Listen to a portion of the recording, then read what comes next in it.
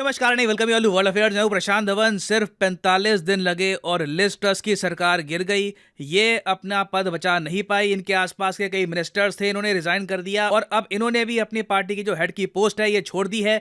और बहुत ही जल्द आप देखोगे कि यूके को मिलेगा एक नया प्राइम मिनिस्टर। नाउ आगे बढ़ने से पहले ना मैं आपको दिखाना चाहता हूं कि इस वक्त यूके के ट्विटर में कौन सी एक पोस्ट है जिसको 1,20,000 लोगों ने लाइक किया है। अब ये जी आपके सामने यूके का एक बहुत ही फेमस पब्लिशिंग हाउस है, न्यूज़पेपर हाउस है, डेली स्टार के नाम से।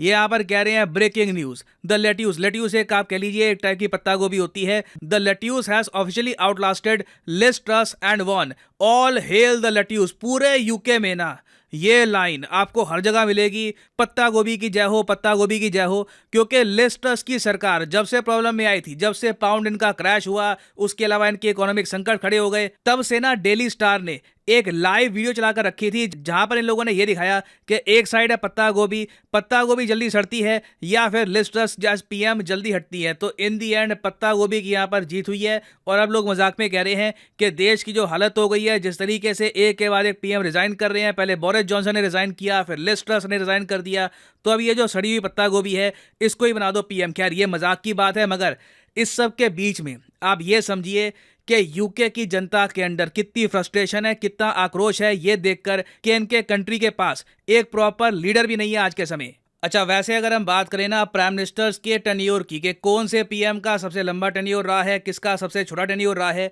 तो सबसे लंबा टेन्योर रहा है ब्रुनाई देश के प्राइम मिनिस्टर का। ब्रुनाई आपको पता होगा एक आसियान देश है, बहुत ही छोटा सा देश है, ऑयल रिच कंट्री है। और यहाँ पे जो इनके मुनार्क है हसन अल, ये पिछले 38 ईयर्स 291 डेज से लगातार अपने देश के प्राइम मिनिस्टर है। हालांकि इस देश में कोई प्रॉपर इलेक्शन होते नहीं है, तो यही पावर में बने रहेंगे। मगर इनके नीचे आप अगर देखो तो यहाँ पे आपको दिखेगी शेख हसीना।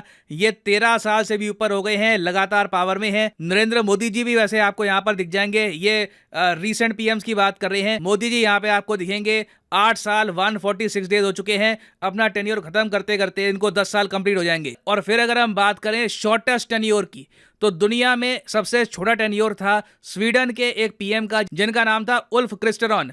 ये सिर्फ एक दिन के लिए स्वीडन के पीएम रहे थे। और अब आप देखोगे कि इस महान लिस्ट में यूके की जो प्राइम मिनिस्टर है लिज ट्रस, इनका भी नाम शामिल हो चुका है। Liz Truss prime minister of UK, ये 43 डेज तक रही थी यूके की पीएम। हालांकि मीडिया में आप अगर देखो तो 45 डेज कहा जा रहा है, क्योंकि शपथ ग्रहण समारोह से जो पहले का टाइम है उसको भी ये काउंट कर रहे हैं। बट ओवरऑल लगभग 40 दिनों में इनको रिजाइन करना पड़ा। और लिज ट्रस के रिजाइन करने की सबसे फनी बात ना पत्ता गोभी भी नहीं है। सबसे फनी बात पता है क्या है?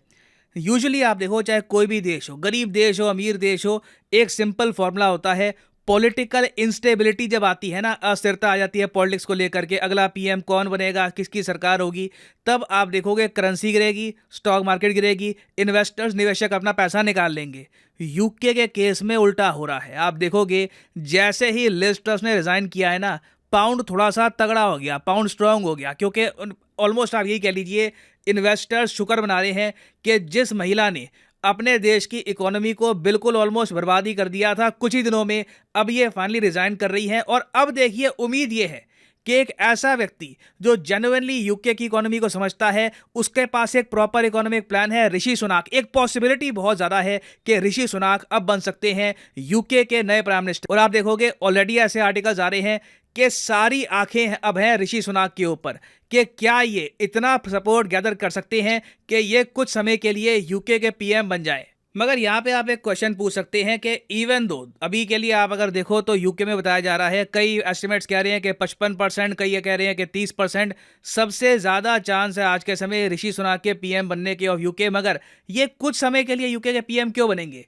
कुछ समय के लिए इसलिए बन सकते हैं क्योंकि अभी देखो यूके में ना 2 मेन पॉलिटिकल पार्टीज आपको मिलेगी। वैसे यूके में 2 पार्टी सिस्टम नहीं है, मल्टी पार्टी सिस्टम है। मगर जिस तरीके से इंडिया में आप कह लीजिए 2 मेन पॉलिटिकल पार्टीज हैं, कांग्रेस बीजेपी, वहां पे आपको यूके में मिलेगी एक पॉलिटिकल पार्टी लेबर, दूसरी कंजर्वेटिव। अभी के लिए जो सरकार चल रही है यूके में, ये कंजर्वेटिव पार्टी की सरकार है। Rishi Sunak, Liz Truss, Boris Johnson, ये सब एक ही पार्टी को बिलोंग करते हैं। जी हाँ, यूके में पार्टी नहीं बदली है, एक ही पार्टी में लगातार एक आदमी बन रहा है पीएम, वो फिर गिर जाता है, फिर उसको कोई और रिप्लेस करता है। तो अभी के लिए क्या है कि यूके में जो ऑपोजिशन पार्टी है लेबर पार्टी, वो यहाँ पर कह रही है कि देखिए क्लियरली कंजर्वेटिव पार्टी जो है, जो राइट विंग पार्टी है यूके की, ये अभी के लिए सरकार नहीं संभाल पा रहे।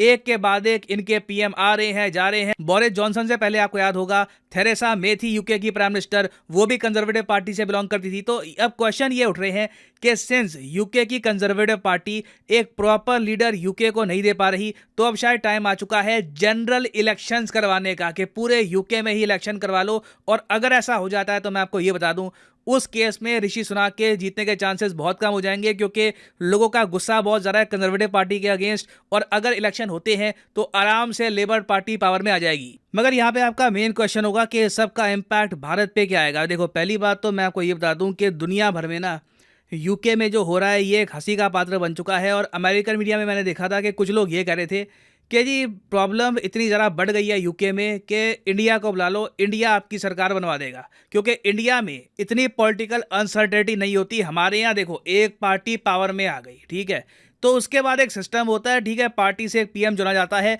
ऐसे नहीं होता कि पार्टी के अंदर ग्रीड है, मैं पीएम बनूंगा, एक दूसरे की लोग टांग खींच रहे हैं। ये ट्रूली मैं कहूँगा एक ऐसा यूके हम देख रहे हैं जो अपने प्रीवियस वर्जन से कंप्लीटली डिफरेंट है। यूके में अतीत में आप अगर देखो तो ऐसे पीएम आए हैं, ऐसे लीडर आए हैं जो देश को आगे रखते थे। अभी के लिए जो पीएम इनके आ रहे हैं ना, इनको मेन पावर चाहिए, एक दूसरे को लिटरली आप कह सकते हैं बैकस्टैब कर रहे हैं, कैसे भी करके कुर्सी पकड़ने की कोशिश कर रहे हैं। और कई इंडियंस को आज के समय विंस्टन चर्चिल की एक कोट भी याद आ रही है। विंस्टन चर्चिल आपको पता होगा वर्ल्ड वॉर 2 के टाइम में ब्रिटेन के पीएम थे, इनके अंडर ही बंगाल फेमाइन हुआ था, इंडिया में कई लाखों लोग भूख के मारे मर गए थे। इन्होंने कहा था इंडिया के बारे में कि जैसे ही यूके छोड़ेगा ना भारत को, तो जो पावर है ये रोग, कई इन्होंने यहाँ पे अभद्र वर्ड यूज किए थे, जो फ्री बूटर्स होते हैं इनके हाथ में पावर चली जाएगी। और इनकी प्रेडिक्शन थी कि भारत के जो लीडर्स होंगे ना, ये लो कैलिबर के होंगे, मैन ऑफ स्ट्रॉ होंगे, कमज़ोर लोग होंगे, इनकी ज़ुबान बहुत मीठी होगी मगर इनके दिल बहुत ज़रा सिली होंगे, मतलब कि हमेशा लालच के पीछे भागते रहेंगे, ये आपस में लड़ेंगे। ये विंस्टन चर्चिल की प्रेडिक्शन थी भारत के बारे में। They will fight amongst themselves for power and India will be lost in political squabbles, ये इन्होंने प्रेडिक्ट किया था। मगर हो क्या रहा है कि जो इनकी प्रेडिक्शन थी ये यूके पे फिट बैठ रही है। और अमेरिकन मीडिया के जो कई फेमस प्रेजेंटर्स हैं वो कह रहे हैं कि इंडिया को बुला लो, शायद इंडिया तुम्हारा पॉलिटिकल क्राइसिस ठीक कर देगा। मगर सीरियस नोट पे अगर वैसे मैं आपको बताऊं तो अभी के लिए एक बहुत ही बड़ा इम्पैक्ट आपको ये दिखेगा कि इंडिया का फ्री ट्रेड एग्रीमेंट तो अब ना होता, लंबे समय तक ना होता, क्योंकि जो पॉलिटिकल क्राइसिस यूके में चल रहा है ना अभी के लिए, कोई इस वक्त बहुत ही स्ट्रांग लीडर चाहिए। अभी ऋषि सुनाक भी अगर बन गए ना पीएम, तो इनको भी कॉन्स्टेंटली पीछे देखना होगा कि बोरिस जॉनसन या कोई और नेता इनको गिरने की कोशिश ना करे, क्योंकि इस वक्त यूके में चल रही है बिल्कुल अनकंट्रोलेबल ग्रीड। तो इंडिया के लिए भी काफ़ी इंपॉर्टेंट है कि हम यूके के बियॉन्ड देखें, यूरोप में और भी कई देश हैं उनकी तरफ देखें। मेरे ख्याल से अब टाइम आ चुका है कि इंडिया रशिया के साथ भी एक फ्री ट्रेड एग्रीमेंट साइन करे, बातचीत करे ट्रेड के बारे में। ऑलरेडी रूपी रूबल की हम बात कर रहे हैं।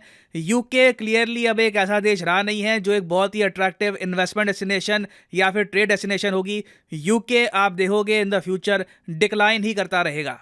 फाइनली यहाँ पर मैं ये भी ऐड कर दूं कि लाइफ में अगर आप एक बार प्रॉपरली यूपीएससी एग्जाम की तैयारी करना चाहते हैं जेन्युइन तरीके से, तो आप अनअकैडमी का स्पेशल कॉम्बो पैकेज परचेज कर सकते हैं। कमेंट सेक्शन में जाइए, यहाँ पे आपको मिलेगा लिंक इस कॉम्बो पैकेज का।